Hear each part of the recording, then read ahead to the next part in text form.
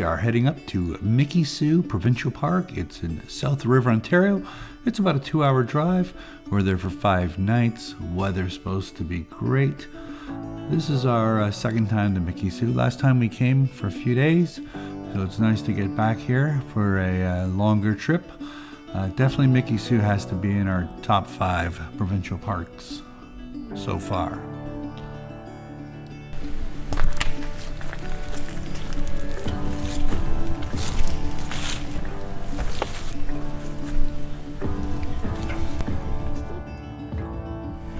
It was an adventure coming here. Had our hybrid system failure warning light on again, like we did on our way to Finlayson Point. This time we made it, and they're gonna let it cool down for a day.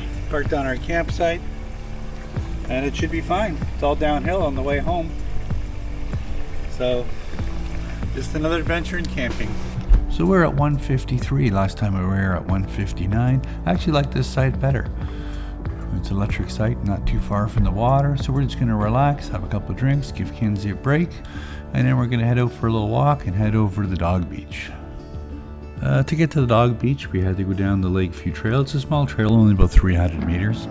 It was kind of interesting though. They had these signs on the trail, which was actually a kid's book called Outside You Notice. And the signs had QR codes on them, and you could scan your phone, and there was a short little video. And those were all posted down the trail. I'd never seen that in a park before. The dog beach at Mikisew is a part of a fenced-in play area for dogs. So there's some grass for them to run around, also the beach. The beach part is actually kind of small, but it's very sandy, it's shallow, and it's kind of out of the way from the park. So it's very nice. Go to Monica. Go!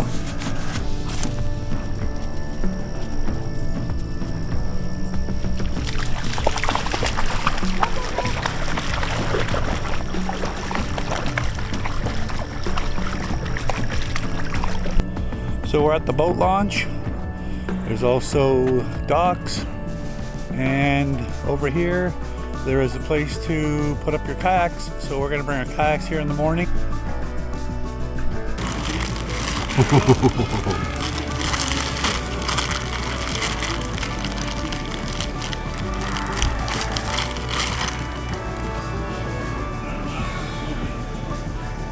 If you notice, Monica flicks hers over there. A couple of camping trips ago, she flicked it and it stuck to my leg. Lucky I was wearing long pants. It stuck to your pants, not Stuck your to my leg. pants, okay, not my leg. Your lips. I lived.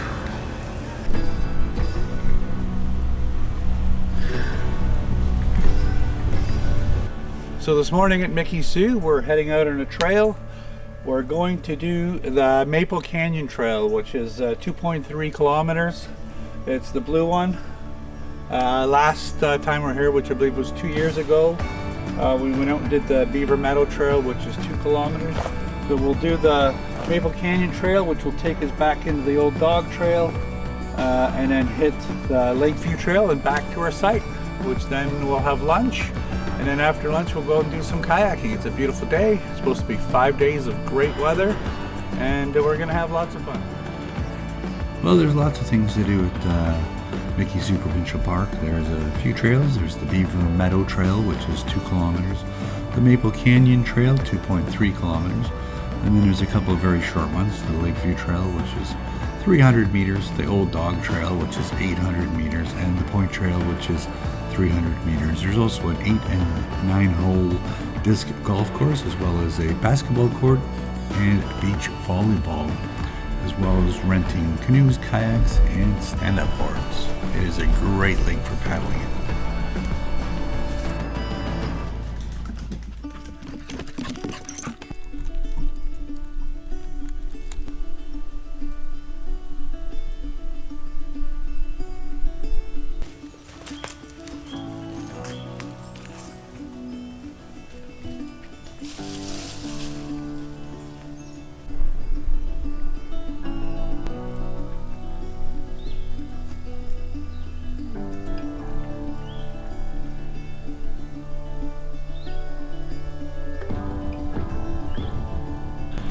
So while on the Lakeview Trail, we ran into this guy, a Heled Woodpecker. I hope I pronounced that right. I've seen these guys around before a few times. They're actually the third largest woodpecker in the world and can be seen in many parts of Canada.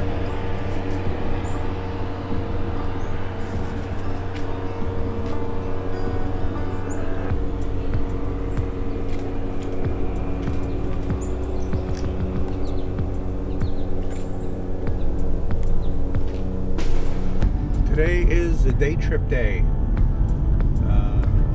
We're going to 3 different places today. Our first stop is the Crystal Cave Museum and Exhibition. It's a kind of a cool little place, but I guess we'll show you when we get there because I've never been there before. Monica's very excited about it since she loves her rocks. So it's only about 15-20 minutes from the park in South River.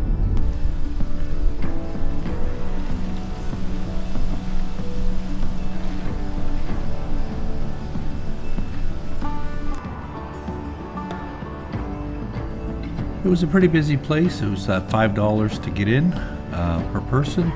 I believe that money all goes to the local food bank. There's lots of different stuff on display, tons of stuff. You could be there for half a day looking at some of the stuff they have if you really wanted to look at it in that much detail. It's very pet friendly. We also met the owners when we were there, which are very nice. They have tours. One of the owners takes you around, explains everything to you, shows it to you. It was also great for kids. There was lots of kids who were there, and it sounded like they all had lots of fun. They also had a store that would sell you rocks from all over the world, some jewelry, a lot of different items, just a wide variety of things they have for sale there. All of it was pretty interesting.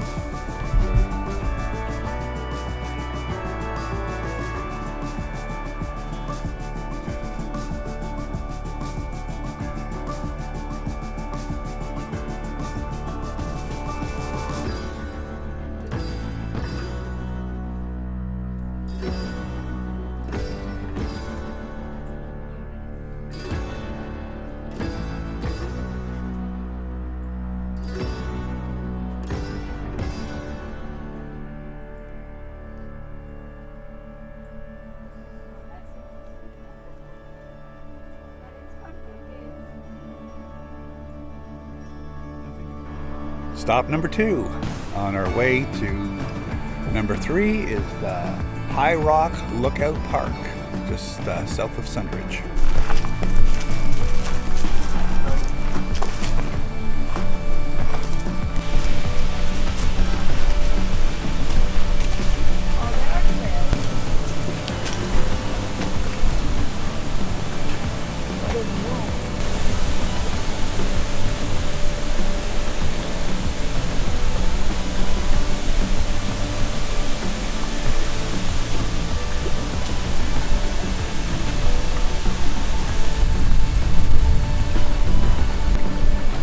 Last stop is Screaming Heads in Burke Falls. This is the home of Peter Kamani, a Canadian artist who's basically given everyone the freedom to walk through his property. It's free, but they take donations. There's a donation box in the driveway if you want to donate. It usually takes about 30 minutes to an hour and a half to walk through. Unfortunately, we went there, the main section near his home, which is the big head when you walk in, was blocked off due to a private event, but we still got to see quite a bit. It's a very unusual place. I will put a link in the video description if you want to know more about it. So we're back here in the 300s and 400s in the Pine Campground. Much different back here, more open. Huge pine trees, it's amazing. View back here. Sites aren't as private, but they're very well spaced. So if you're looking for something where you're not worrying too much about your privacy as much, but you just want to have amazing views around your campground, come back to the 300s and 400s at the Pine Campground. As you can see, it's got a big comfort station. in the middle of the campground. Beautiful views back here.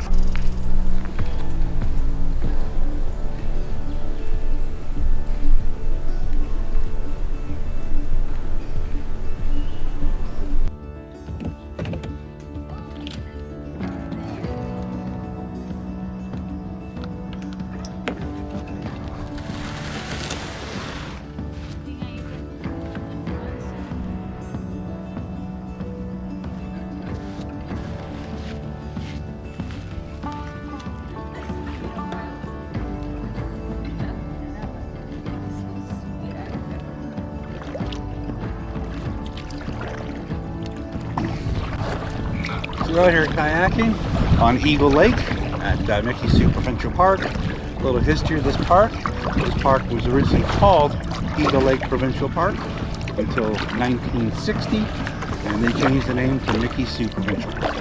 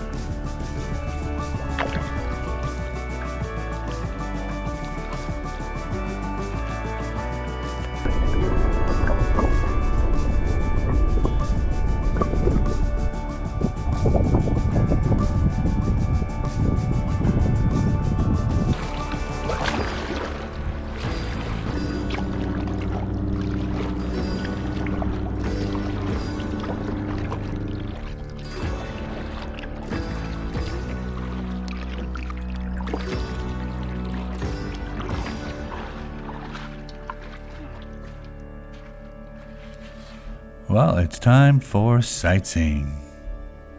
This is Site 502. It is a group camping site for trailers. It allows 3 trailers.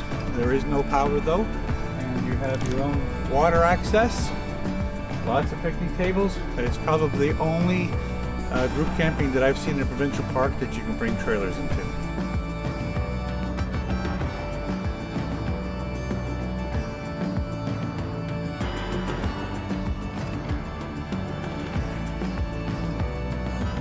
Here's an example of a site back in the Pine Campground, Site 374. It is an electrical site, fairly large, open, lots of pine trees.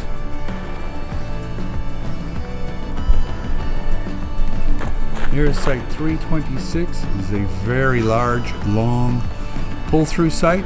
It is electrical.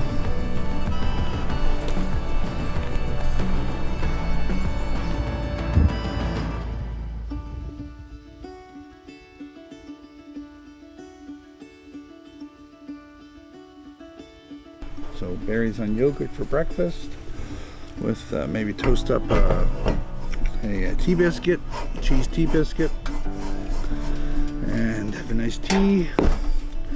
One thing that's great about camping this late in the season is there's no bugs, no mosquitoes, pretty much nothing. So it's been great. Haven't sprayed bug spray on me once. Haven't burned anything to get rid of the mosquitoes. It's been amazing. So after we eat, we're gonna head out on the trail that takes you up to the Eagle store. It's a 1.8 kilometers each way, and check out the store and then come back. It's funny, yesterday we seen someone walking back from the store into the campground and they were carrying a pizza, so they basically walked 1.8 kilometers with their pizza in hand. So we're not gonna get a pizza.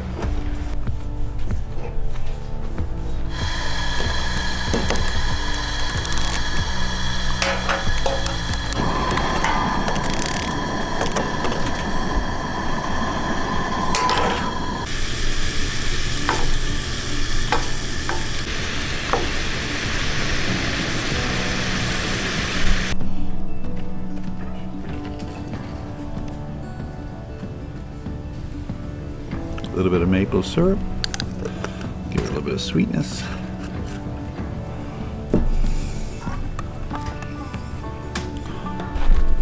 So we're on our way to the store. It's called the Eagle Nest Store, Eagle. It's on Eagle Road. You can see it when you're coming into the park, depending which way you come in. You can walk to it from the park. There's a trail that runs off the park. It's only like 100 feet long. It takes you onto a residential road. And then you can walk down the residential road, which will take you out to the main road. To get to the store, it's 1.8 kilometers each way. If you follow our channel, you'll know just over a month ago on our way up to Finlayson Point Provincial Park, we had some car issues, had to be towed back. Couldn't find the issue, thought maybe it was a blocked vent, dealer couldn't find anything. Next camping trip it was fine, and of course this one we started having the same issue. This time we made it to our camping destination and made it back home, but the next day I took it into the dealer. I never cleared the codes this time, so the dealer was able to figure out what was wrong with it. And it's a transaxle oil pump which cools our hybrid system in our Highlander. This was causing the hybrid system to overheat, and now they know what it is. We're going to get it fixed, but unfortunately the parts are going to be at least 10 days. So our last trip to Lake St. Peter, which I was really looking forward to, we had a great site, has been cancelled. So no more camping for this year, but we will be releasing some other videos. Thanks for watching our video. Please subscribe, share, link, and hit the notification button.